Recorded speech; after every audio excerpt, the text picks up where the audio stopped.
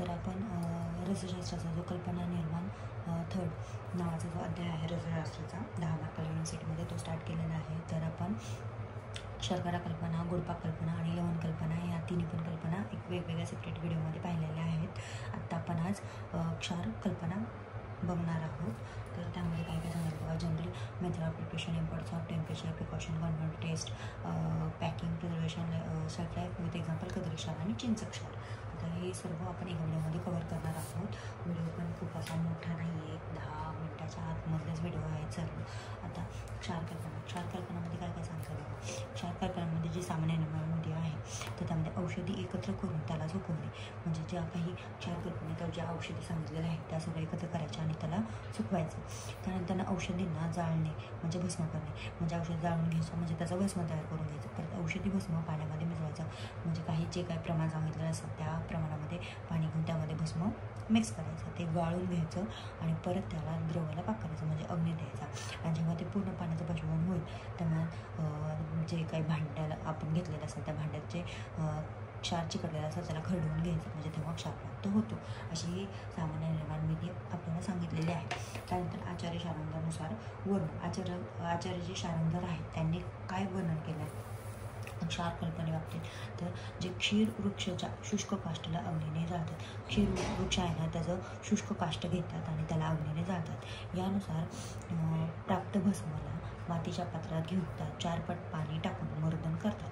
त्याच्यामध्ये काय करतात नंतर जे आपण शुष्क काष्ट जाळून घेतलेलं आहे त्याचं जे भस्म प्राप्त झालं आहे त्याला आपण मातीच्या पात्रामध्ये घेतात आणि 4 पट पाणी त्याच्यामध्ये घालून त्याचं मर्दन करतात आणि रात्रभर ठेवतात आणि त्याला रात्रभर आपण ठेवून द्यायचं. परत दुसऱ्या दिवशी त्याच्यावरील जे स्वच्छ पाणी आहे ना जल ते काढून घ्यायचं आणि त्या पाण्याला पात्राप्रमाणे अग्नीवर पचन करायचं आणि मग त्याला अग्नी द्यायचा. जेव्हा पाणी जो पूर्ण जेव्हा सुकेल आणि तेव्हा अग्नी देणे बंद करायचा आणि पात्रेला जो पात्र घेतलं आपण त्याला चिकटलेला जो क्षार आहे तो पूर्णाचा खरडून काढायचा. हेच क्षार श्वेतवर्णाचे असते आणि हेच क्षार कल्पना आहे. आणि ती क्षार कशा प्रकारचं प्राप्त होईल सांगितलं आपल्याला, श्वेतपांढऱ्या रंगाचं प्राप्त होईल असं सांगितलं. मग क्षार कल्पनेमध्ये जी निर्माण विधी आहे ऑलरेडी आपण त्या 2 प्रकारच्या बघितल्या, कुठली एक सामान्य निर्माण विधी आणि जी एक क्षारंधरांनी सांगितली आहे ती. आता याच्यामध्ये अजून एक काय सांगितलं आहे बघा, बुकमध्ये होती म्हणून ही लिहिली आहे मी की आचार्य सुश्रुतनुसार जी क्षार निर्माण विधी आहे ती बघा. तुम्हाला जर करायची असेल तर मी तर काय करणार नाही आहे, जर तुम्हाला करायची असेल तुम्ही स्क्रीनशॉट घ्या आणि एकदा वाचून काढा. आधी सिंपल आहे, यात पण काय भरपूर नाही आहे, फक्त एवढी की मोठी आहे आणि ऑलरेडी आपल्याला भरपूर काय लक्षात ठेवायचं आहे. त्यामुळं ठीक आहे, शारंगधराची तर केलीच आहे ना आपण, त्यामुळे मग मी तरी स्किप करणार आहे सुश्रुताची. त्यानंतर अग्निमहत्वामध्ये काय सांगितलं बघा, क्षार निर्माण हेतू अधिक तापावर प्रयोजांगाला जाळले पाहिजे जेणेकरून श्वेतवर्णाची राख प्राप्त होईल. आता जे आपण क्षार निर्माण हेतू जे भस्म तयार करणार आहोत ना तर त्याच्यामध्ये काय सांगितलं की अधिक तापमानावर ते जे प्रयोजांग घेणार आहोत ते व्यवस्थित जाळलं पाहिजे जेणेकरून श्वेत म्हणजे पांढऱ्या वर्णाचीच राख प्राप्त होईल. जर आपण कमी तापमानावर दहन केलं तर काय होईल, काळ्या रंगाची प्राप्त होईल. त्याच्यामध्ये काय असतं, कार्बन असतं. म्हणून हे अग्नीचं महत्त्व आहे, साधं संपल्याचं अग्नीचं महत्त्व सांगितलेलं आहे.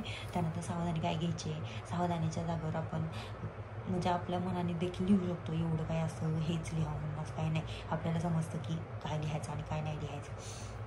सावधानीमध्ये काय सांगितलं की दहन अधिक तापमानावर करावं. ऑफकोर्स इथं अग्निमहत्वामध्येच दिले की तापमानाचं कसं पाहिजे, अधिक तापमान पाहिजे, त्यामुळे अधिक तापावर करायचं. परत गाळण्याची प्रक्रिया सांगतो म्हणजे काय आता बघा याच्यामध्ये काय लॉजिक आहे का की गाळण्याची प्रक्रिया सावधानीपूर्वक करायची आहे ती काय असेल सावधानी का घ्यायची, सांडेल काय तर होईल, असं खराब होईल किंवा एक्सेट्रा. परत प्राप्त क्षार द्रवाला सावधानीपूर्वक अग्नीवर पाक करावा. आता सिद्धिलक्षणामध्ये काय सांगितलं बघा की श्वेतवर्णाचं पाहिजे, ते सिद्धिलक्षणच आहे त्याचं श्वेतवर्णाचं. ऑलरेडी अग्निमहत्वामध्ये सांगितलं आहे, सावधानीमध्ये सांगितलं आहे. आता सिद्धिलक्षणामध्ये काय श्वेतवर्णाचं पाहिजे आणि चूर्णरूप पाहिजे. आता पॅकिंग संरक्षण आणि सविता होती. त्याच्यामध्ये क्षार हा एअरटाईट बर्नीमध्ये ठेवायचा आहे आपल्याला, एअरटाईट बर्नीमध्ये. आणि याची जी सविता होती ती किती 5 वर्ष आहे. कन्फ्युजन होऊ देऊ नका, कारण ऑलरेडी कन्फ्युजन होण्यासारखं काही नाहीच आहे. जी आपण शर्करा कल्पना पाहिली आहे त्याच्यामध्ये सविता होती 3 वर्ष होती, गोडपाकमध्ये पण 3 वर्ष होती, लवण कल्पनेमध्ये 5 वर्ष होती आणि जी आता क्षार कल्पना बघतो त्याच्यामध्ये पण 5 वर्ष आहे. त्यामुळे हे वरचे 2-3 वर्ष आणि खालचे पण 5-5 वर्ष. त्यानंतर काय आता कदली क्षार आता ब्लू प्रिंटनुसार आपण सगळं कव्हर केलं आहे. आता जनरल मेथड ऑफ प्रिपरेशन हे पाहिलं आपण, इम्पॉर्टन्स ऑफ टेम्परेचर पाहिलं, precaution, confirmatory test, packing, preparation, shelf life. आता इथपर्यंत सगळं झालं आहे. आता विथ एक्झाम्पल कुठले 2 एक्झाम्पल सांगितले त्यांनी, कदली क्षार आणि चिंच क्षार. आता आपण कदली क्षार घेऊ. आता बघा कदली क्षार नावातच कदली आहे म्हणून कदली घटक द्रव्यामध्ये येणारच कदली, आणि आपण क्षार बनवतोय ना. आतापर्यंत निर्माण विधीमध्ये काय बघले की पाणी घ्यायचं आणि त्याला पाक करायचं आहे, त्यामध्ये भस्म टाकून. मग आता कदली भस्म आपण घेतलं, किती भाग घेतलं, 1 भाग घेतलं, आणि जल किती घेतलं, 6 भाग घेतलं. त्यानंतर आता परत काय सांगितलं बघा, निर्माण विधी. त्याची निर्माण विधी काय आहे की कदली क्षार निर्माण, कदली कंद घ्यायचं, ते जाळून घ्यायचं, त्याची राख प्राप्त करायची, आणि त्याच्यामध्ये काय 6 पट पाणी घालून टाकून ते 21 वेळा वाळतात. आता काय करायचं, 6 पट पाणी टाकलं आपण त्याच्यात, आणि त्याला 21 वेळा गाळतात. आता 21 वेळा काय बोलतात, आता जो द्रव्यटूचा पेपर आहे बघा, त्याच्यामध्ये अहिफेनच्या शुद्धीमध्ये पण आपल्याला काय सांगितलं की अहिफेनच्या शुद्धीमध्ये पण आल्याचा जो रस आहे ना, त्याच्या पण 21 भावना देतात त्याला, बरोबर ना. मग असं कोलरेट कुठेतरी करायचं, म्हणजे की आता तुम्हाला लक्षात येईल की 21 वेळा करायचं आहे, अरे बापरे. मग तुम्ही जेव्हा अहिफेन करतात तेव्हा अहिफेनमध्ये काय शुद्धीमध्ये 21 वेळा केलं की ते इथे क्लिक होईल की हा कदली क्षारमध्ये पण 21 वेळा घालायचं आहे. परत त्यानंतर काय सांगितलं की प्राप्त द्रव्याला अग्नीवर पाक करतात व जलावून सुकल्यावर श्वेतवर्ण क्षार आपल्याला प्राप्त होतो. याची मात्रा काय 125 मिलीग्रॅम, आणि अनुपात काय जलन. उपयोग कुठे कुठे करायचा, गुलम, प्लिहोदर, जीर्णज्वर, शोफ इत्यादीमध्ये आपण उपयोग करतो येतो कदली क्षाराचा.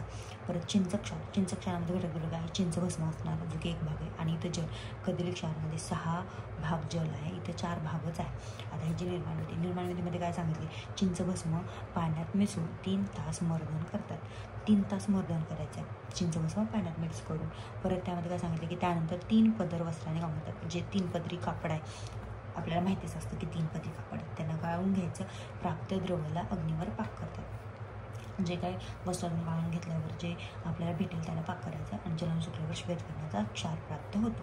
याची मात्रा देखील 125 ते 250 मिलीग्रॅम, आणि उपयोग होतो अग्निमांद्यामध्ये. चिंच क्षाराचा उपयोग होतो अग्निमांद्यामध्ये. परत गुलम, शूल, मूत्रपुच्छ आणि अश्मरे, असं ही क्षार कल्पना आहे. क्षार कल्पनेनंतर अस्कृती कल्पना आणि लेप कल्पना, अशा 2 कल्पना जे की छोट्या 2 व्हिडिओमध्ये संपू जातील. तरी झालं आता 2 व्हिडिओज, अस्कृती कल्पना आणि लेप कल्पना. प्लीज लाईक करा, सबस्क्राईब करा, नवीन चॅनल आहे आपलं, सपोर्ट करा.